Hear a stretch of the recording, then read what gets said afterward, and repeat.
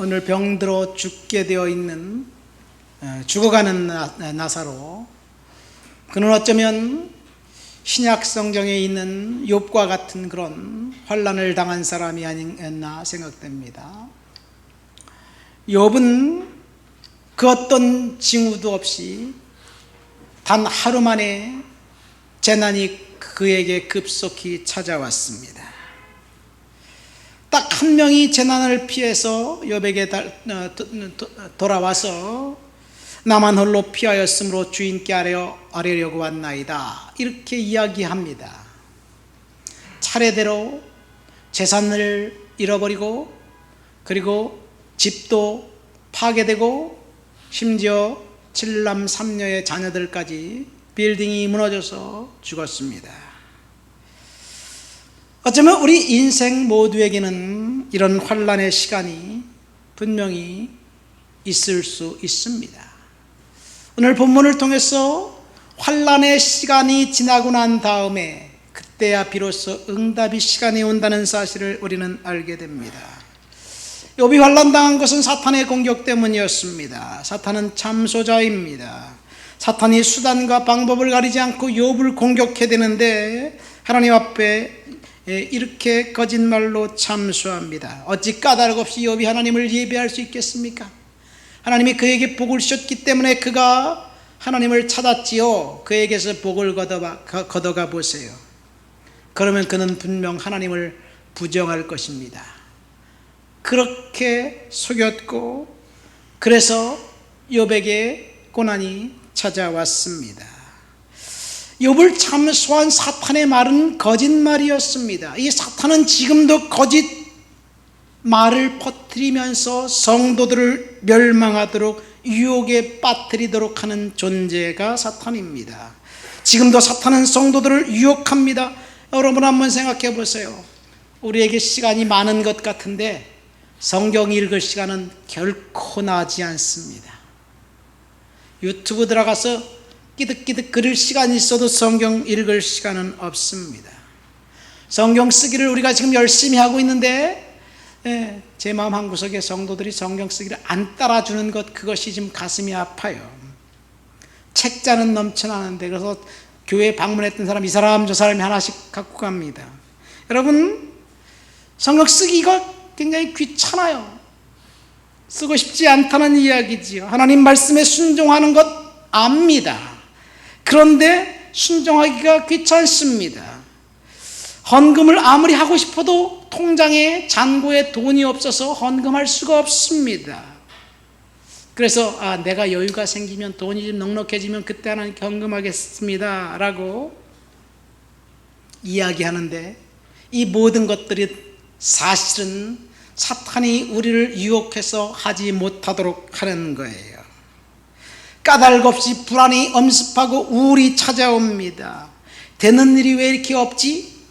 이런 생각이 들기도 합니다. 사탄의 공격입니다. 욥은 사탄이 공격했을 때 하나님을 예배하고 하나님을 찬송함으로 사탄의 공격을 막아냈습니다. 4명의 종들이 차례로 욥에게 와서 보고할 때 욥은 그 소리를 듣고 머리털을 밀고 겉옷을 찢고 땅에 엎드려 하나님 앞에 예배했다라고 성경 욥기 1장 20절은 기록하고 있습니다. 그리고 하나님 앞에 욥이 이렇게 고백합니다. 내가 모태에서 적신으로 나왔는데, 알몸으로 나왔는데, 내가 갈 때도 알몸으로 가는 것 당연한 사실이고, 하나님이 주신 것도 하나님이고 걷어가시는 것도 하나님인데 하나님은 찬송을 받으시옵소서. 여러분, 이 욥의 고백, 사탄의 공격을 그는 찬송과 예배로 막아냈고 이겼습니다. 그래서 사탄의 술수는 욥에게 욥을 넘어뜨릴 수가 없었습니다. 사탄이 가져다준 재난이라는 불청객은 하나님의 은혜와 축복이라는 선물을 가져다주는 동기가 될 수밖에 없습니다. 여러분, 어쩌면 우리가 고난과 환난의 시간이 엄습할 때 그 시간은 응답의 시간을 전제하고 있다는 사실을 믿으시기를 예수님의 이름으로 축원드립니다. 스스로가 생각할 때 내가 지금 고난의 시간을 겪고 있다고 생각하면 그 고난의 시간은 하나님이 주실 응답의 시간의 서막이에요. 그래서 우리는 욥처럼 하나님을 예배하고 찬송으로 이겨야 될 줄 믿습니다. 이긴 자에게는 하나님께서 욥에게 허락하신 놀라운 축복을 다 같이 경험하게 될 것입니다. 어쩌면 우리가 신약 성경 요한복음 11장 병든 나사로의 이야기를 읽었는데, 이 나사로에 대한 설명은 두 명의 여동생들이 있었는데 나사로는 병이 들었다, 그렇게 설명합니다. 여러분, 여기서 우리 이 등장인물 세 명을 잠깐 한번 더듬어 볼까요? 첫 번째 마르다입니다. 마르다는 우리는 그렇게 생각하지요. 예수님을 정성껏 접대하기 위해서 음식을 만들어 드렸고 봉사했던 그 여성, 예수님의 발치에서 말을 듣고 있는, 설교를 듣고 있는 마리아 때문에 눈을 흘리면서 핀잔한 것.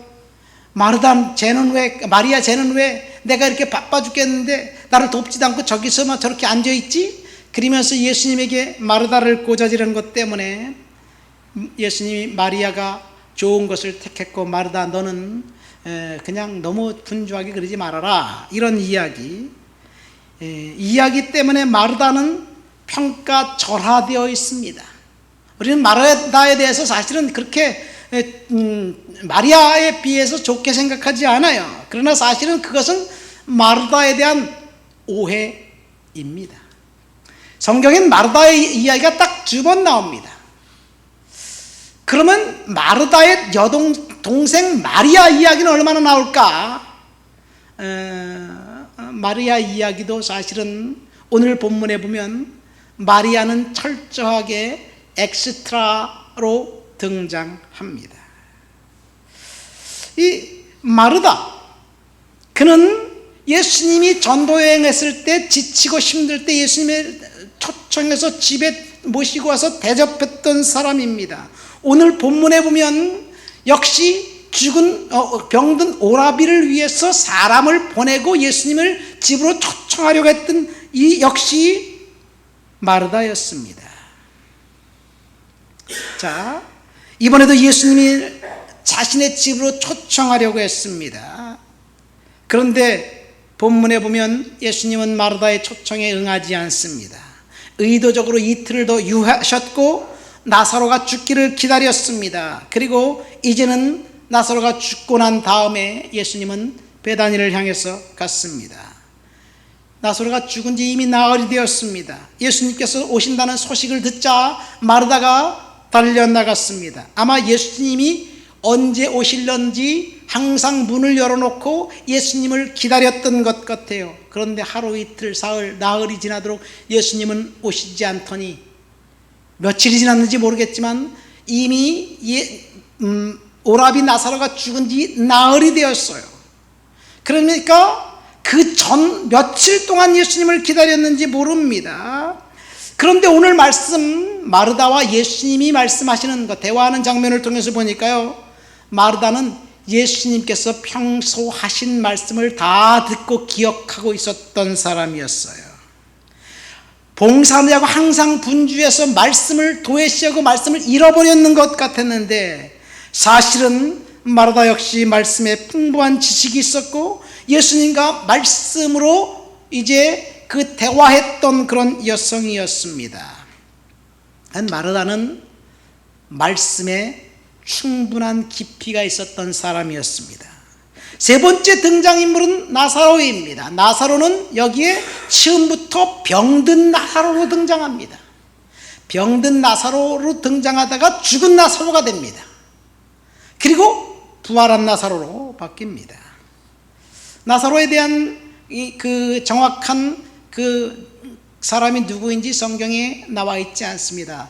나사로가 딱 한 번 나와 있는데 그 나사로가 이 나사로인지 모르겠어요. 언제 나사로가 나옵니까? 누가복음 16장에 보면 부자와 거지의 비유에서 나온 그 거지의 이름이 공교롭게도 나사로입니다. 자, 부자와 거지의 비유에서 나온 그 나사로가 그 나사로라면, 오늘 본문의 나사로라면 예수님께서 의도적으로 죽기를 기다렸다는 사실이 이해가 됩니다. 왜 그래요? 나사로는 죽어서 천국 아브라함의 품에 가 있었고, 그리고 그 집, 그 자기를 멸시하고 천대했던 주인은 죽어서 지옥에 갔기 때문에 그렇습니다. 어쩌면 이 거지 나사로가 오늘 병든 나사로였다면, 예수님께서 말씀하신 비유, 부자와 거지의 비유는 단지 꾸며낸 비유의 말씀이 아니라 거지 나사로의 간증이 될 것입니다. 그리고 부자는 그 베다니 그 마을에 있는 그 바리새인 시몬이라는 사람입니다. 그는 바리새인이었는데 문둥병자였습니다. 그는 예수님을 자기 집에 초청했는데 예수님을 대접하지 않고 접대하지도 않았어요. 그런데 그 마을에 한 불쌍한 여인이 예수님 앞에 나와 흐느껴 울면서 눈물로 예수님 발을 적시더니 자기 머리털로 그 눈물을 닦고 향유를 그 발에 부었던 그 여인이 마리아였는데, 그 여인이 바로 오늘 마르다의 동생 마리아라고 성경은 이야기합니다. 어쨌든 예수님을 만나는 사람들마다 질병을 치유받았어요. 여지적으로 예수님에게 찾아와서 병을 고침받기 위해서 옷가를 만졌던 사람도 질병 치유받았고, 예수님이 의도적으로 찾아가서 이제 그 광인 같은 사람, 그 귀신을 내쫓았습니다. 그런데 예수님을 만났던 사람 중에 딱 한 명이 문제를 해결을 받지 못했는데, 그것이 바리새인 시몬이었고 부자였습니다. 그가 예수님 만났음에도 불구하고 문제 해결을 받지 못했지만 그 집에 불청객이었던 마리아가 오히려 축복을 받았습니다. 이것이 나사로에 대한 이야기입니다. 자, 어쨌든 병든 나사로는 죽을 때까지 예수님이 이틀을 더 유하셨고, 그리고 나사로가 죽자 예수님은 나사로에게 갔습니다. 자, 이것이 응답의 시간이라는 이야기예요. 여기서 우리가 마르다와 예수님의 대화를 잠시 볼까요? 마르다는 예수님에게 사람을 보내서 자기 오라버니가 이제 병들어 죽게 되었으니 예수님 빨리 와서 내 오라비를 치료해 주세요, 이렇게 그 사람을 보냈을 때 마르다의 기대는 무엇일까요? 예수님이 빨리 당장 달려와서 자기 오라버니를 살려줄 것이라고 생각했어요. 그러나 마르다가 생각했던 대로 예수님은 행동하지 않았습니다. 그럼 마르다의 기도는 응답받지 못한 거지요. 마르다가 사람들을 예수님에게 보낸 것은 기도이고 중보기도입니다. 오빠를 대신해서 사람을 보냈으니까요. 자,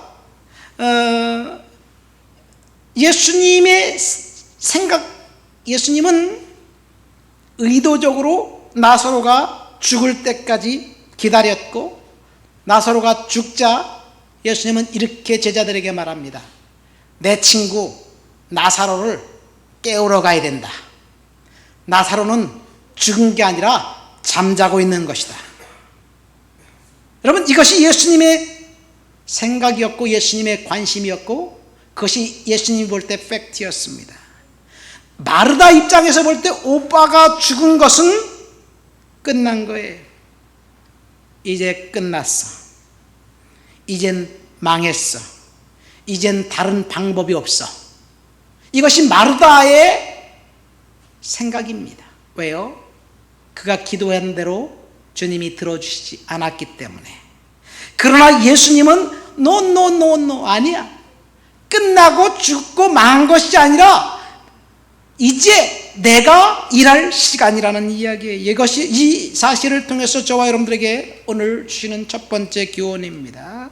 지금 우리가 경험하고 있는 것도 마찬가지예요. 제가 서론에 욥의 이야기를 했습니다. 재난이 하루에 당해서 4번에 갑자기 맞으니까 모든 것을 다 한순간에 잃어버렸어요. 욥은 다 잃어버렸습니다. 그런데 하나님은 욥에게 갑절의 축복을 준비하고 계셨어요. 욥이 하나님을 예배했고 하나님을 찬송했고 그래서 상실의 순간, 그 순간을 믿음으로 이겼습니다. 여러분, 하나님께서 포기하지 않았는데 왜 우리들이 포기해야 할까요? 우리들에게 지금 찾아온 환난의 시간, 낙심의 시간, 그 시간, 우리는 지금 가슴 아픈 시간을 보낼 수도 있어요. 그러나 주님께서는 그 시간을 응답의 시간으로 바꿔주실 것입니다. 오늘 본문 17절부터 읽었죠. 17절에 보면 나사로가 무덤에 있은 지 이미 나흘이 지났다. 무덤에 들어간 지 나흘이 됐어요. 우리식으로 따지면 3일장 지나고 난 다음에 무덤에 들어갔으니까 7일 된 거예요. 유대인들은 죽자마자 무덤에 넣는지 잘 모르겠어요. 어쨌든 죽은 지 나흘은 넘습니다. 그렇죠. 자, 이 나사로가 죽은 지 나흘 되었다는 것, 우리 한번 영적으로 볼까요? 지금 우리 교회 어쩌면 코로나를 지나고 난 다음에 지금 우리가 겪고 있는 이것은 나사로가 죽은 지 나흘의 시간을 보내고 있는 참담한 시간일 수도 있어요. 우리 장로님도 마찬가지입니다. 공장에 화재가 난 다음에 모든 것을 다 잃어버린 것 같은 그 상황 속에서 지금 죽은 지 나흘이 된 그 시간, 정말 어찌할 수 없는, 손 써볼 수 없는 그런 시간을 보내고 있는지도 모르겠습니다.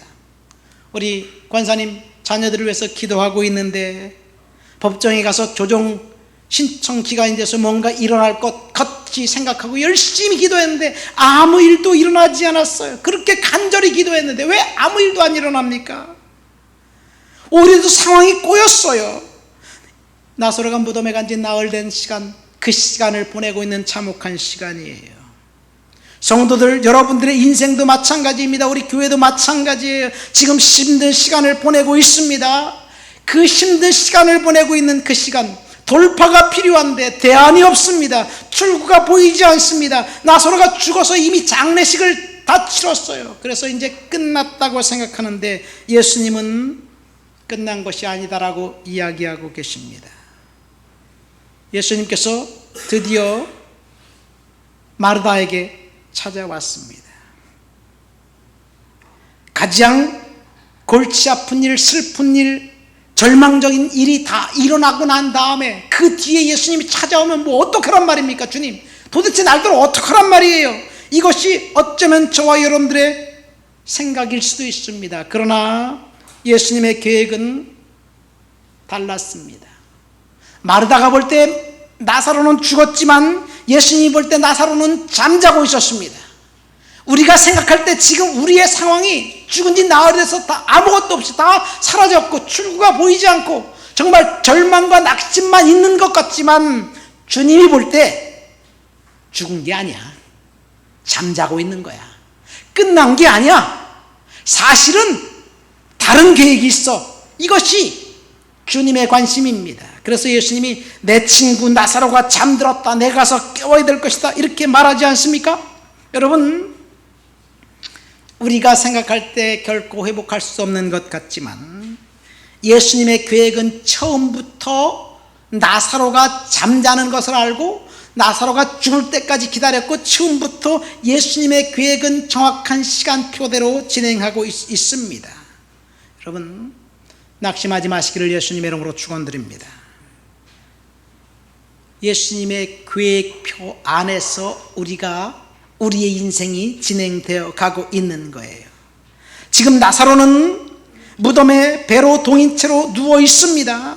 우리들이 해결해야 할 문제들이 지금 우리들 주변에서 왱왱거리고 있는데 해결할 수 있는 그런 문제가 해결될 기미가 보이지 않아요. 어떤 사람들은 재정적인 문제 때문에 하나님 앞에 기도하고 있지만, 그래서 여기저기 분주하게 뭔가 시도하려고 하고 있지만 여전히 오리무중입니다. 자녀 문제, 사업 문제, 학업 문제, 취업 문제, 시험 문제, 당연 여러 가지 문제를 가지고 하나님 앞에 기도하고 있지만 해결이 안 되고 더 복잡하게 꼬여가고 있을 때 주님께서 뭐라고 말씀하시는지 우리 한번 들어봅시다. 본문 21절부터 23절까지의 말씀입니다. 다 같이 읽겠습니다. 마르다가 예수께 여짜오되 주께서 여기 계셨더라면 내 오라버니가 죽지 아니하였겠나이다. 그러나 나는 이제라도 주께서 무엇이든지 하나님께 구하시는 것을 하나님이 주실 줄 아나이다. 예수께서 이르시되 내 오라비가 다시 살아나리라. 자, 여기서 주님께서 마르다가 이제라도 주께서 무엇이든지 하나님께 구하시는 것을 하나님이 주실 줄 믿습니다. 여러분, 이 말씀이 하나님께서 저와 여러분들에게 주신 말씀입니다. 이제라도 하나님은 응답하시고 하나님은 함께 하시고 하나님께서는 역사하실 것입니다. 믿습니까? 지금 우리의 상황이 꼬여있고 더 안타까운 것은 그 꼬여있는 상황, 우리의 힘으로 해결할 수 있는 그 힘 자체가 없을 수도 있습니다. 눈앞에 있는 것은 절망 그 자체인 것 같습니다. 그러나 주님은 우리들이 생각하는 것처럼 절망적으로 보지 않습니다. 왜요? 예수님은 죽은 나사로를 깨우기 위해서 오셨기 때문에 그래요.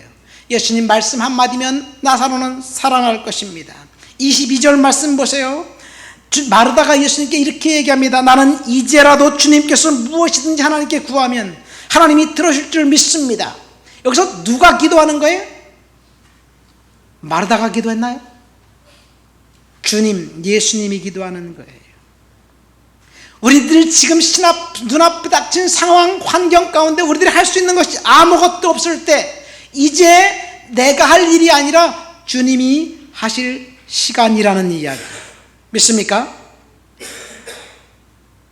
저와 여러분들이는 믿음을 갖고 기다리기만 하면 되는 거예요. 지금 주님은 하나님 우편에 계셔서 저와 여러분들을 위해서 중보 기도하고 계시다는 사실을 아시기를 예수님의 이름으로 축원드립니다. 이제 나사로는 죽었습니다. 죽은 나사로를 살리는 일은 마르다가 할 일이 아니에요. 누가 하실 일이에요? 주님이 하실 일입니다. 병든 오라비를 살리기 위해서 예수님께 사람을 보내는 건 마르다의 일이었어요. 그러나 그가 죽었어요. 그 이유는 예수님께서 하실 일입니다. 여러분, 우리의 인생도 마찬가지입니다. 지금 어쩌면 장로님의 인생 가운데 최선을 다해서 지금까지 왔으면 이제는 하나님이 하실 일만 남았어요. 우리 권사님도 마찬가지, 이제 하나님이 하실 일만 남았습니다. 우리 모두 다 하나님이 하실 일만 남았어요. 우리 자녀들을 위해서 기도하잖아요. 저도 아이들을 위해서 기도해요. 내가 할 일이 아니라 하나님이 하실 일이라고 생각하면 하나님께 맡깁니다. 그러면 하나님께서 하실 거예요. 중요한 것은 우리들이 아무것도 아니고 안 하고 하나님, 이제 하나님 하십시오, 이렇게 한다고 하나님이 하실 일이 아니라는 사실은 우리는 알아야만 합니다. 마르다처럼만 하면 되는 거예요. 마르다는 주님 앞에 모든 것을 맡기고 최선을 다했어요. 그러니까 우리가 아무것도 안 하고 내가 할 일을 미루고 내가 순종해야 할 것을 순종하지 않고 불순종하고 이제 하나님이 하실 일 시간입니다, 이렇게 말하는 것은 어쩌면 조금 우리가 믿음이 있는 것 같지만 그렇지 않은 것 같아요. 우리가 할 일은 하나님 앞에 우리를 점검하고 회개하는 일만 남아 있습니다. 그래서 마르다의 기도와 하나님의 응답의 시간을 한번 잠깐 볼까요? 자, 마르다가 사람을 예수님께 보냈어요. 마르다의 머릿속에는 어떤 기대가 있었냐면 예수님이 지금 당장 찾아오셔서 자기 오라비, 병든 오라비 손을 얹고 안수 기도해서 치유받는 것이 마르다가 원하는 그 그림이었어요. 그렇죠? 마르다가 원하는 그림이요. 주님께서 만약에 그렇게 해주셨다면 오늘 본문은 나사로의 부활 이야기가 아니라 어떤 이야기가 되어야 돼요? 나사로의 치유 이야기가 되어야 될 것입니다. 그렇죠? 우리들이 원하는 대로 하나님이 응답해 주셨다면 그것은 우리가 원하는 그 이야기가 될 터인데 예수님은 우리가 원하는 대로가 아니라 그보다 더 놀라운 축복을 예비하고 계셨기 때문에 사실 본문은 나사로의 치유 이야기가 아니라 나사로의 부활 이야기였습니다. 이 말은 무슨 말이냐면요, 나사로의 치유 이야기를 마르다는 원했는데 예수님은 나사로의 부활 이야기로 바꾸셨어요. 이 말은 예수님이 마르다의 기도를 응답하지 않고 기도를 무시하셨다는 이야기예요. 그래서 마르다는 오라버니가 죽은 지 나흘 동안, 오라버니가 죽고 난 다음에 며칠이 지났는지 모르지만 한국식으로 따지면 3일 만에 장례식을 치르고 무덤에 들어간 지 나흘이 됐으니까 최소 6일에서 7일 정도 지났을 거예요.